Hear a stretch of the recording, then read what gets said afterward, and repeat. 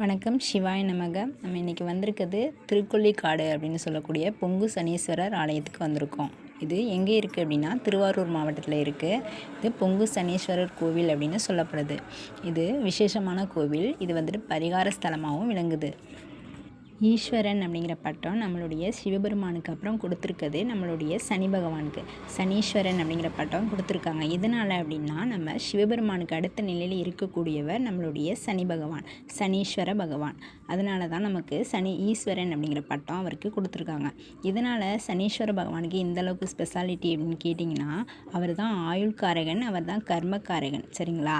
இப்படி ஆயுள்காரகன் அதாவது நம்மளுடைய ஆயுளை தீர்மானிக்கக்கூடியவர். நம்மளுடைய பாவ புண்ணிய கணக்கு ஏற்றபடி கர்மாவை சரியான ஒரு தராசுப்படி அவர் பிடிச்சிருக்க தராசில் எந்த அளவுக்கு நம்மளுடைய பாவ புண்ணியங்கள் இருக்கோ அதுக்கு தகுந்த பலனை கொடுக்கக்கூடியவர் தான் இந்த சனீஸ்வர பகவான்.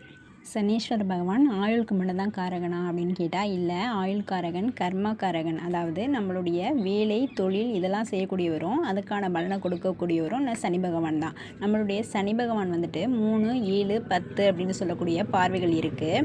இந்த 3ஆம் பார்வையாக நம்மளுக்கு பார்க்கும்போதும் 7ஆம் பார்வை, 10ஆம் பார்வையாக சனி பகவான் வந்துட்டு நம்மளுடைய 10வது இடத்தை பார்க்குறாரு அப்படின்னா நம்மளுடைய பதவி ஸ்தானம் நல்லாயிருக்கும். பதவியால் நமக்கு அரசு உத்தியோகம் கிடைக்கிறதுக்கான வாய்ப்புகளும் இருக்குது அப்படின்னு சொல்லலாம்.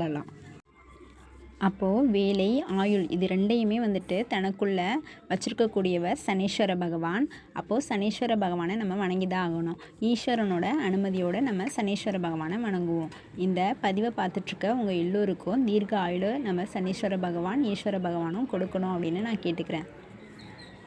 நம்ம வந்தது பார்த்திங்கன்னா ஒரு காலையில் 8 மணி போல் நம்ம வந்துட்டு இந்த கோவிலுக்கு வந்தோம். கோவிலுக்கு வந்தப்போ அந்தளவுக்கு ஒரு ரஷ் இல்லை. நம்ம வந்து ஒரு கொஞ்சம் டைம்லேயே வந்துட்டு பார்த்திங்கன்னா பயங்கரமான கூட்டம் ஆகிடுச்சு. இது வந்துட்டு இன்றைக்கி ஃபுல்லாக சனிக்கிழமை ஃபுல்லாக இந்த கோவிலில் நிறைய மக்கள் வந்துட்டு கூட்டமாக வந்துகிட்டே தான் இருப்பாங்க. நாங்கள் வந்துட்டு எங்களுக்கு பக்கமாக இருக்கிறதால நாங்கள் வந்துட்டு ஒரு 8 o'clock போல் வந்துவிட்டோம். ஆனால் நிறைய தூரமாக இருக்கிறவங்கலாம் வந்துட்டு இந்த பரிகாரமாக வந்துட்டு கோயிலில் பரிகார ஸ்தலமாக வந்துட்டு செஞ்சிட்ருக்காங்க. அவங்களுக்கு வந்து சனி திசை நடக்கலாம், இல்லை 7 நடக்கலாம், இல்லை சனி புத்தி நடக்கலாம். சில விதமான பரிகாரங்களுக்காகவும் அவங்க வந்துட்டு கோவிலுக்கு வருவாங்க. சனி திசை 7 திசை நடப்பில் இருக்குது அப்படின்னா நீங்கள் என்ன பரிகாரமாக செய்யலான்னா, சனிக்கிழமையில் காகத்துக்கு எள் வந்து கலந்து சாப்பாடு வைக்கலாம், இல்லை எள் தீபம் வந்துட்டு கோவிலில் ஏற்றலாம்.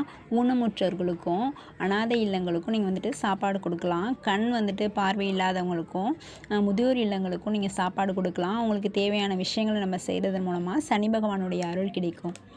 அனைத்தும் நீ எறிந்த ஒன்றே இறைவா, அடியே நீதும் அறியிலேன் அருளாளா அருணாச்சலா. நன்றி. திசைக்கும் எவ்வுயிர்க்கும் எங்கள் அப்பன் எம்பிரான் சத்தியான வித்துளே முளைத்தெழும் தவச்சுடர் சித்தமும் தெளிந்து வேத கோயிலும் திறந்த பின் அத்தனா